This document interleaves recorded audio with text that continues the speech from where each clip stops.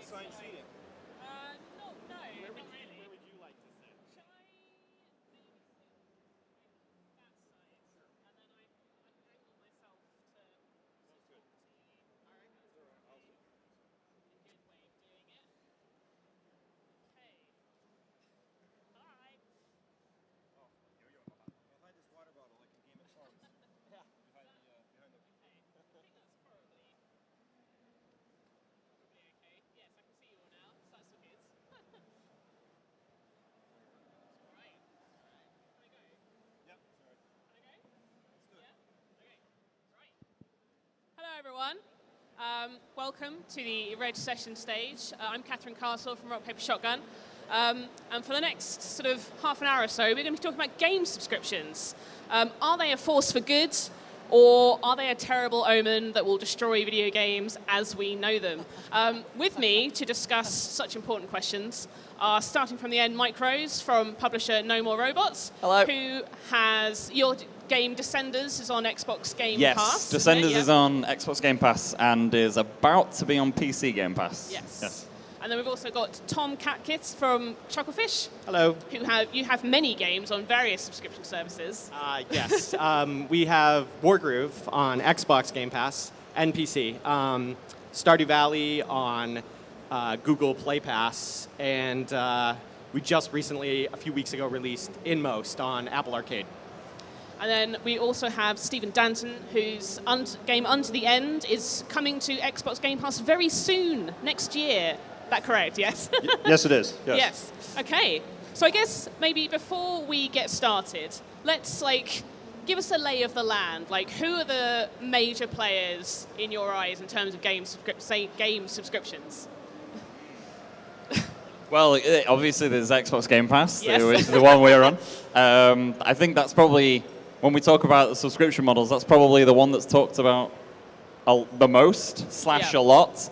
Maybe because it kind of came first, but also because Xbox are Xbox. And then, you guys have been doing Apple Arcade, which I guess is the other big one. Yeah, I mean, mobile's a bit different. I'm sure it comes as no surprise to everyone here. The mobile games industry is quite a bit different than the PC and console games industry. But yeah, I mean, Xbox was really leading the way with it. They kind of came first. Yeah. The mobile stuff is recent. Yeah, because then there's also, what's it called, Play Pass on Google. Yeah. Stadia? Sort of. Sort of Stadia? It's sort of a subscription for the experience. Yeah. But there's also things like Uplay Plus now as well, and EA Access, and PS Now as well. Yeah.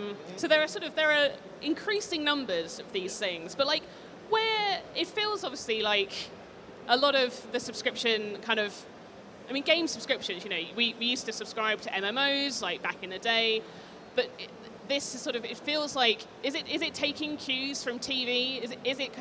Are the games industry, or is the games industry trying to be capture that Netflix for games kind of vibe? Is this what today's current passion for subscriptions is about? Definitely seems like that. I think I'm a developer and I try to make more artistic games, but from a business perspective, I'm sure it has a lot to do with constant revenue, right? And rather than having the peaks and valleys of trying to sell games, every summer or whatever. So that probably plays a big role. Absolutely. Yeah. And I think in the case of mobile subscriptions too, it's also about bucking microtransactions and kind of moving away from the model of, or giving players the option to move away from the model where they're paying and there are ads in their games, and they can pay a low price and get a big catalog of games without advertisements. Yeah. I think just to add also the curation factor, to talk about the mobile, mobile had a big problem with almost too many games, too much content, and you see that to a degree in Steam now, where you have an explosion of games, and so if you can apply a layer on top of that to curate that, I think that makes a big difference to getting the right quality when players are coming to your platform. Yeah. And as they are curated by nature, are they a solution to the kind of discoverability problem, or will they inevitably, once in a year's time, be just as crowded as everything else? Are we going to have to look for something else in order to find the cream of the crop? Yes. It's basically what you're describing. It's Whenever something new like this comes along, so we're moving into subscription models now. And so for now, right in this snapshot, they're proving pretty good for developers. They're sort of, with the game we've done, and I'm sure with the games you've done, they're essentially, they've made the game successful without us having to put so much risk into them, because we just have tons of players and we get a bit of money, and that's nice. And so the success is just there. But of course, give it a couple of years, and there's going to be tons of these games on these subscription services. And then when we're 2-3 years in, how much are developers going to be getting paid? Yeah. And you don't know what the situation's going to be there. Could be fine, probably won't be, but from history. But yeah, right now we are in the quickly get your games on a subscription model part of the. Yeah. We're kind of somewhere near the peak right now. Yeah. And honestly, one of the best benefits right now, I think, because the catalogs of these subscription services are just so small, is exposure. When we put Wargroove on Xbox Game Pass, we saw paid sales of Wargroove go up because we exposed the game to a bunch of people who wouldn't have probably given it a chance, and they liked it and then purchased it. So we actually saw sales boosts from going on Play Pass, or on Xbox Pass, I should say. Yeah, that 100% happened to us as well. Like our sales went up by like 4. They like quadrupled or something. And of course, like then we've got Xbox players, and they're then feeding into the PC players as well, So and then the two platforms are feeding each other. So yeah, that is definitely a nice part of it. From the developer side, like I totally agree with these guys and the publisher. From the developer side, it takes a little bit of pressure off. Yeah. Because at the end of the day, you're making a piece of art, but you're also trying to sell the thing. And when you have that kind of boost of confidence in terms of success out of the gate, it lets you focus a little bit more on the artistic side of it and create an experience rather than trying to always worry about like, is this going to sell more games or not? Yeah. So I think that's a nice benefit of it. Whether it lasts, that'll be interesting to see. Yeah. So what is the process actually like? Like, are you guys being courted by the big players, or are you kind of like applying for these things? Like, how does it actually work? For us, it was actually last year at Gamescom. We just pitched. It's almost like pitching to different platforms. And then there's a fairly lengthy process of negotiating the agreement. And then, you kind of sign a deal and go forward from there. Yeah. That's from the developer side of it. I imagine it's a bit different from the publisher side. I don't know. I mean, it's pretty similar. I guess in our experience, all the subscription services our games are involved in, we had pre-existing relationships. We already had Wargroove was already out on Xbox before Game Pass. We had Stardew Valley on iPhone and Android before either of those subscription services launched. So we were talking to these guys on a regular basis every day, and we knew far out that they were doing this, and we just sort of were involved in the discussion, and it was less them approaching us and more of us just kind of being interested at an early stage and getting involved. Yeah. But I recognize that everybody doesn't have a pre-existing relationship with Apple and Xbox. I mean, that was just our experience. Yeah. And sort of like from a player's perspective, obviously things like Xbox Game Pass and Apple Arcade, they seem like incredible value for money. You get all these games, especially with like the Xbox Game Pass. All the big games are there day one, as well as all the indie games as well. But is there a you talked about earlier about like the exposure and sales going up, but equally, on the flip side of that, do you think that subscriptions are going to create an environment where people just don't buy games anymore? It's like, oh, I'll wait for it to appear on this on Game Pass or things like that. Like, is that a worry for you? Do you know? I genuinely just don't know. I always like to think that I know. And this is one thing I just don't know about, because I feel like it happened in other industries. I feel like in music with Spotify, I used to buy so much music, and now I do not bother because it's all on Spotify. I used to buy box sets of TV and DVDs and stuff, and now I just watch Netflix. Like, why would I bother? With games, it could go that way, but I don't know. I feel like people who play games really need to have physical copy. They just need to own the game. For some reason, we just feel like we have to actually own these things.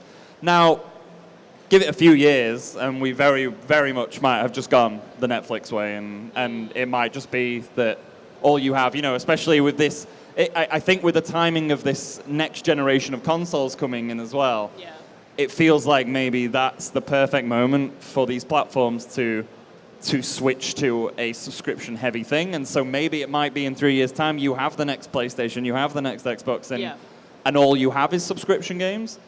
It might very well go that way, but it's just at that point right now where it's just a little too early to say, really. Yeah.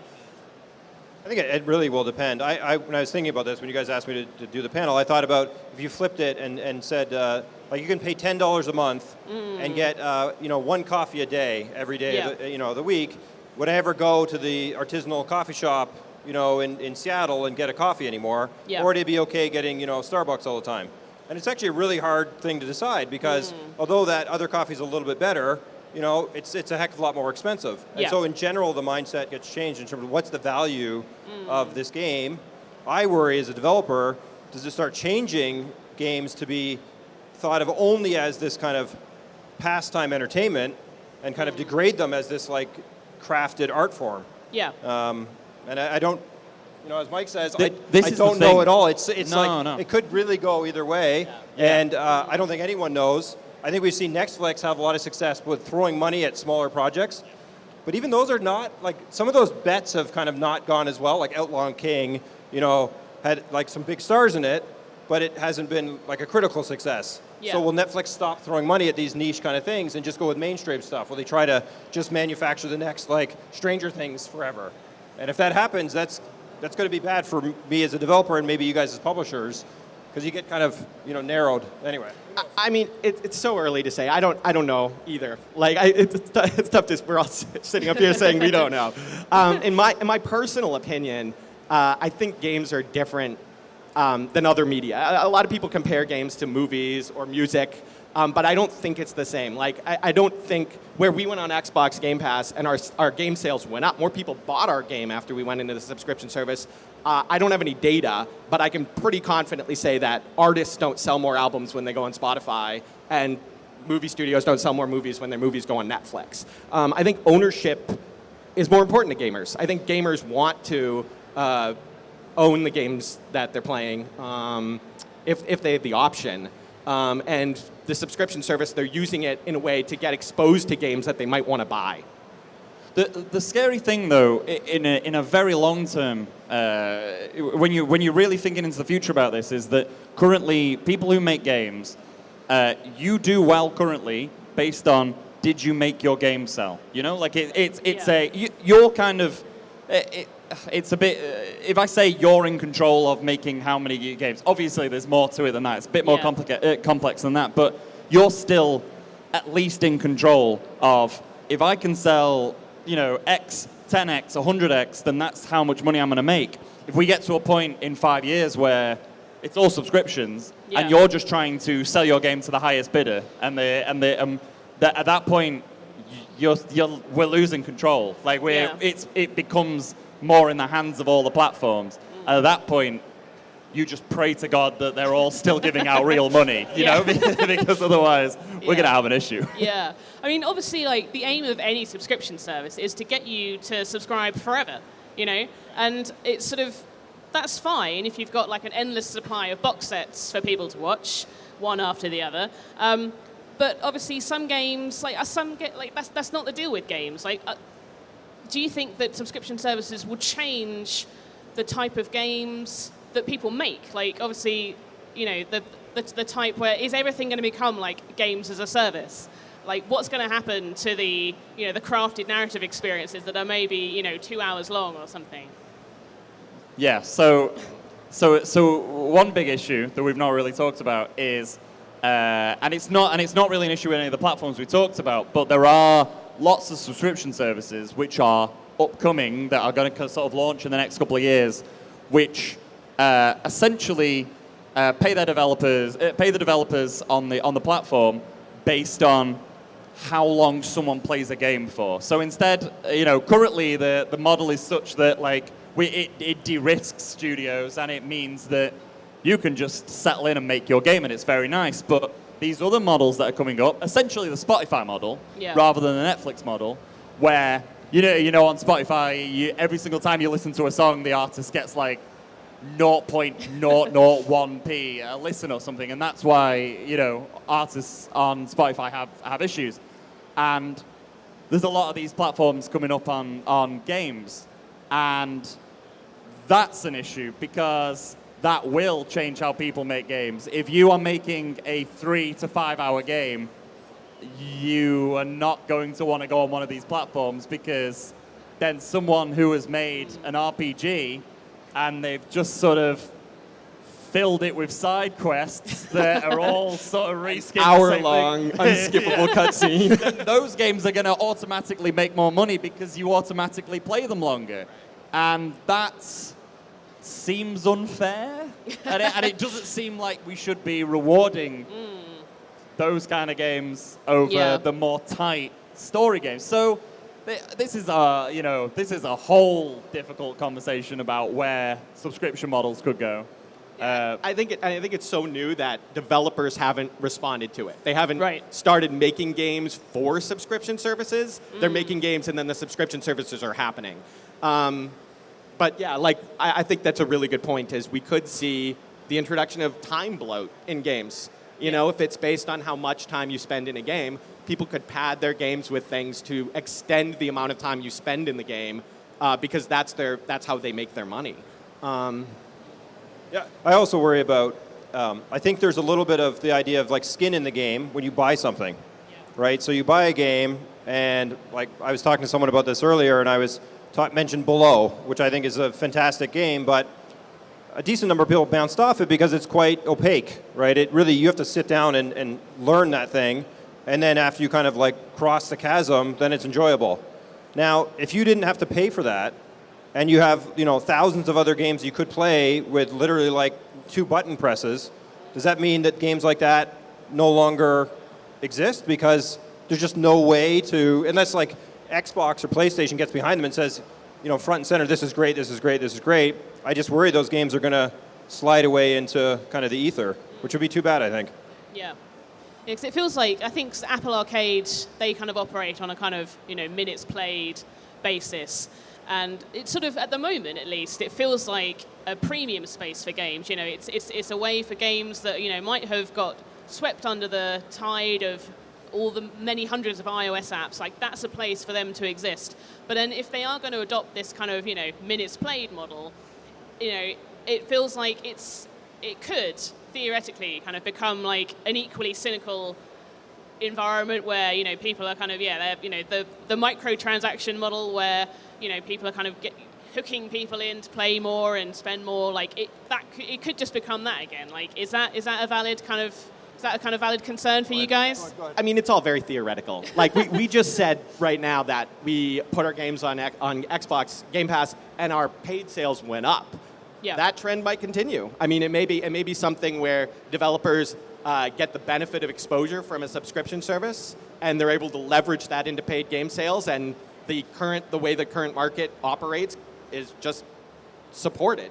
But yeah, I think what Mike was saying too, we're putting a lot of control in the hands of the curators and the platforms. Right. And as long as they continue to curate the things that, a wide range of game styles, then we're going to be great. Yeah. I think the one kind of factor that helps make sure this could work is that to date, no one's figured out the kind of machine that computes creativity and success and then outputs this product. And so I feel like if you look at Netflix, their model kind of seems to be like throw things against the wall. Like, I don't think anyone would have predicted that Stranger Things was going to be like a kind of a Goonies like take on things was going to be this massive hit. Yeah. And something like OA, which I think is like really great sci-fi. They can't even get it to a 3rd season. Yeah. And so I think that kind of law of creativity will help balance things out, hopefully. Yeah. And sort of, alongside this, you've got things like Uplay Plus from Ubisoft and EGX, as we mentioned earlier, sort of, which are, again, they're probably great if you buy a lot of games from those particular companies. But then, we're already starting to see a similar thing happening in TV, where everyone has their own individual subscription service. You've got Netflix, you've now got Disney, Hulu, HBO, Amazon. Warner Brothers are doing their own thing as well, and now Apple TV very soon, and like it's just like how does everyone expect people to navigate? Like there's just so many. Yeah, I mean, how do you decide which ones you're going to go for? Like, especially with the new console generation coming up.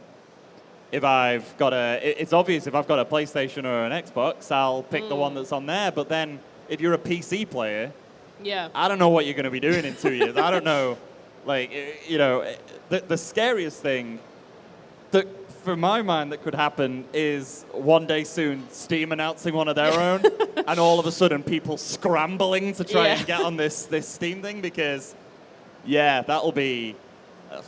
I don't know what will happen. That's just I don't want to think about that anymore.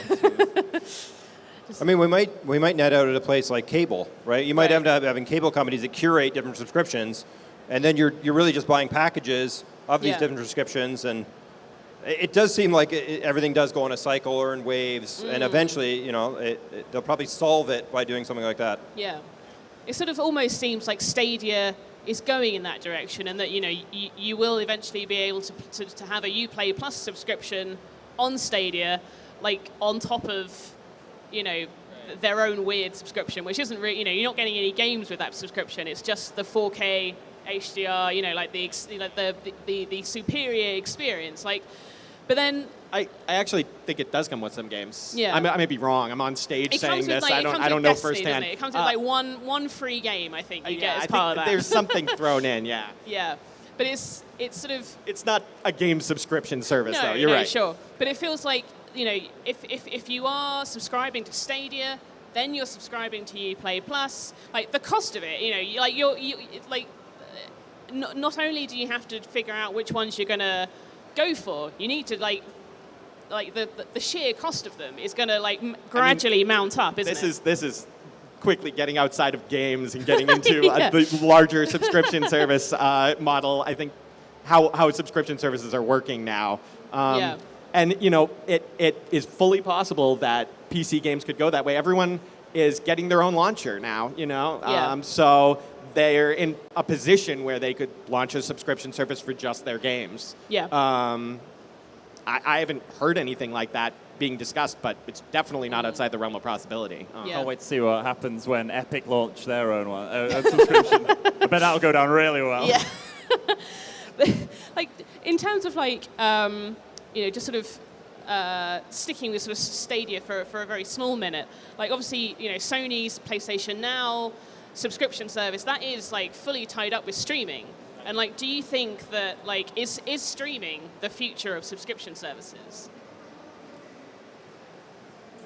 I don't think it is. I don't think it is. I think that too many people have garbage internet for it to work. And whenever they talk about it, they always talk about all the main cities in the US being able to do it. And and places in Europe, because the whole of Europe have better internet than we do. I can't exactly remember the stats, but it's more than 50% of people in the UK would not be able to properly use Stadia or something like that. Which, how's it going to work then? I don't think I think it's going to be ages before anything works like that. I agree. As someone who lives in the United States right now, even with better internet, there's just no way that it's. I mean, you will have pockets. If you happen to live in right next to Google or Microsoft, where all the wire was laid just for that company, you happen to tap off it. Yes, but in general, it's going to be a long time. Yeah, and kind of to borrow kind of another kind of development from Netflix a bit. How long do you expect the big players like Microsoft and Apple to kind of keep financing these subscriptions? Kind of how does it seem like the money is there for a foreseeable amount of time? I mean, I don't know. It's hard to say. Yeah. I think I think it's different with Apple and Google because the mobile, they're not working against gamers who are already paying for games. They're working against gamers who have the expectation of getting games for free. Yeah. So where it's not the case with Xbox where you put your game in a subscription service and your sales go up necessarily, you're overcoming this very large amount of players, most players, who don't want to pay for a game at all. Yeah. And they may be willing to pay $5 for 100 games, but getting them to pay $5 for one game it's more difficult than it would be on console or PC. Yeah. I also think it's going to be hard for platforms to know which games were successful necessarily. Right. Like if it's just based on playtime, like a game like Unto the End, which would be like 3 to 5 hour playtime, well, that would be unsuccessful then. Right, Than a yeah. game like Witcher 3, which might have 200 hours. And so that's going to be a very interesting thing for them to balance, where they used to be able to just say, well, this sold X and that sold Y. Yeah. They can't do that. And it'll also be hard for them to value things. Like I was running this through my head of, let's say, Super Meat Boy was out now, and Xbox came and valued that. Would they value it at $5 million? Yeah. Where they give them a couple $100K and then say, thanks a lot. And so that's very interesting how they're going to navigate those waters. Yeah. I think probably, just checking the time, we've got a couple more minutes. So sort of as a final wrapping up question, what are your predictions for the future of game subscription services? Where's it all going to go?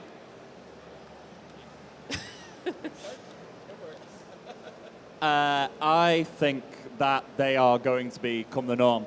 I think, and I don't know how I feel about that. I would personally like to continue to have full control over, how much money I was making the people I work with through the work that I do, and how hard. But at the same time, it's going to be. I think we're going to be okay for a few years. Yeah. I think that, especially with it being still early along, especially with there being more platforms popping up and there being more competition, especially with new consoles coming along soon. Yeah. When those new consoles come along, they're going to need. We've all seen what happens when new consoles come along. They need all the exclusive. They need the biggest game. They need to be able to show that the other one doesn't have as good games as they've got, and that's going to take money. Yeah. So I think at least for a while, we're going to be fine. Yeah. It's a question of what happens. Like, I'm wondering. I have no idea what video games are going to look like in 5 years. That's the thing, and I don't know if we ever can. Yeah. But especially right now, Yeah. I don't know what in 5 years. I don't know how I'm going to be selling games anymore. To be honest. I mean, I think, right now is an opportunity where I think every subscription service, everyone involved wants to be involved. No one's putting their game in a subscription and they're like, well, I have to sign up for this subscription because this is the way the market's going and like I'm being dragged along. It's a time when developers are happy to be and excited about being involved in these services, but I have no doubt that'll change as more games come into the services and it becomes less and less attractive for developers. Yeah. But I don't want to say that, it's not necessarily doom and gloom. It could be a case where both models are sustained at the same time. It could be a way that you could get exposure to a bunch of games, basically like an extended demo for all of these games that you might be interested in buying, and then you go out and buy them. So, developers could see more sales. It's just hard to say. I hope that's what happens. Yeah, as everyone's saying, and as a developer right now, like it's fantastic that for Sarah and I, like a husband and wife dev team, to have someone like Game Pass come over and help us, quote unquote. I do think it will be the norm. Yeah. I just don't. I can't imagine if I'm a big corporation, turning away from having a faucet that always runs. Yeah. But I think it's going to be incredibly interesting to see what happens, over the next 3 to 5 years. And I'm with these guys. Like, with VR, AR, I honestly have no idea. Like, if I was going to go make a game today that was going to be out in 5 years, I really don't even know what I would make. Like, it's really going to change in big ways, I think, and very quickly. Subscription will be part of that. Streaming may be part of it. Definitely the presentation medium will be part of that. I think it's going to be fascinating, scary, hopefully really exciting for everybody. Cool. Well, thank you very much for joining us. I think we've probably got some. If anyone's got any questions from the audience, then Graham will rush you a microphone. If you get onto Game Pass, does it cost you a lot less then to market the game? Presumably they're going to market it for you.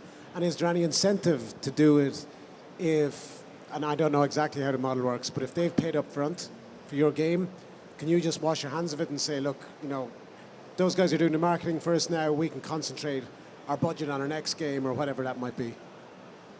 I don't want to talk for you, but for me, it didn't change anything. Like we still did everything we would have done. Like we still screamed a lot and did all of the different, videos and streams and all that kind of stuff. It definitely helped. We were talking about exposure earlier. It is very much just like by being on one of these services, it's just going into more people's eyeballs. Just automatically, they're on if you're on the App Store, just looking through the dashboard, or you're on the Xbox dashboard, more people are just seeing the game, and just through seeing it multiple times, I think probably what's happening with our game is that some people are just seeing it flash up on the dashboard every now and again, and then after they've seen it 4 or 5 times, they go, I guess I'll download that. I've got nothing to lose, and then they have a go, and then a portion of those people will really like it and will then talk to their friends about it, and then maybe their friends don't have Game Pass, and so then maybe their friends buy it, and it's all of this kind of stuff that we're still trying to work out. But yeah, we're definitely still trying to do all of the screaming that we would normally do, really. Yeah, and I mean, exposure isn't all marketing is. There's a lot of really important I wouldn't encourage any developer to just shelve their marketing and be like, we don't need it because we've got exposure. There's, crafting what you want people to know about your game, how you want it presented. And no subscription service is going to do that work for you. They'll take what you give them and put it up there, but it's up to you guys to do the marketing, developers to do the marketing work, and yeah. Yeah, Xbox does a little bit. Like they will do Xbox ID, Game Pass showcases of things, and they'll kind of include you in with the bigger crowd. But yeah, I mean, our publisher has to do a lot of heavy lifting to make sure that the thing gets out there. Xbox doesn't just pick up the torch and do it for you. At least not in our case. We've got another question here. Thank you very much. This has been very interesting. I have 100 questions, but I can only ask 2. Can you narrow it down a little bit? I will. I'll try my best. There's other very interesting things that this could spark up. My main question, and you guys may not answer this, is based on the question of will players be less inclined to buy games, I'm curious to know how you guys get paid from Apple Arcade to Xbox Game Pass to PlayStation Plus, right? Because I'm going to have to make a choice at some point as to what subscription I buy. And I already feel guilty because I know I come from the age of paying £60 or £50 per game. So subscriptions feel like a cheat to me personally, right? And so I just wondered if you guys will be, honest enough to tell us how you guys get paid and how it affects DLC. Because I can see DLC becoming free on the subscriptions. I can start with it. So for as a developer, although the distribution rights are owned by the publisher, and these guys could talk more about that than I can, for us, it's a flat rate based on an evaluation, I would guess, that Xbox did on the predicted sales minus some kind of like, hey, we're giving you an advance almost on those sales. So it's a lump sum of money that's paid on release of the game to Xbox.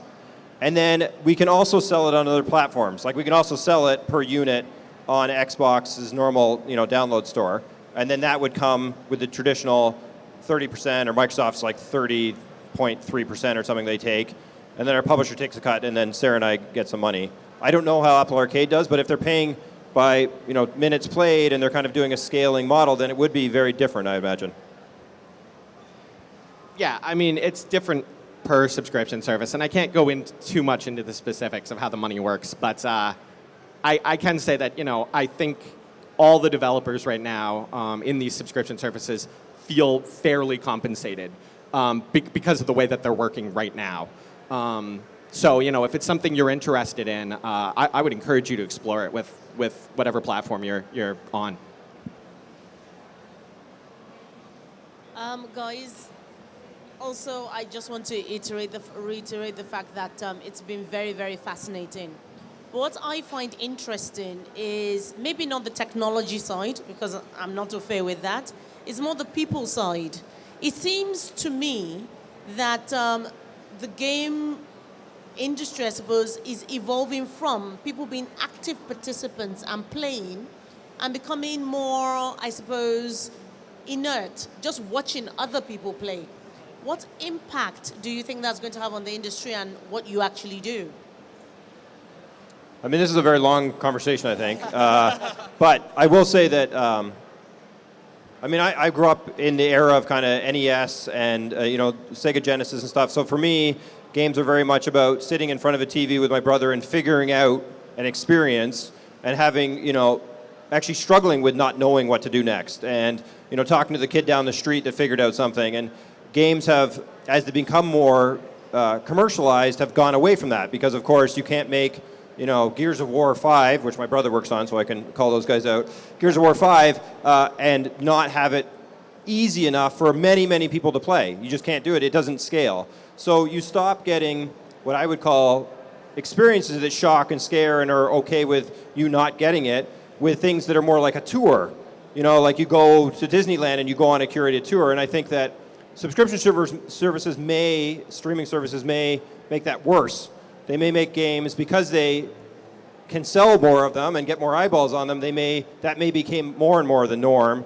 And I think, in my darkest days, I think it will actually make games solidly only a form of fun and entertainment, and will never achieve the heights that I would like to see it achieve, which is really the next form of art, interactive kind of storytelling, and going beyond movies and literature and stuff like that, and really respected as this handcrafted piece of art that is held at the higher standards of society, along with all the other great pieces of art. So it'll be interesting to see.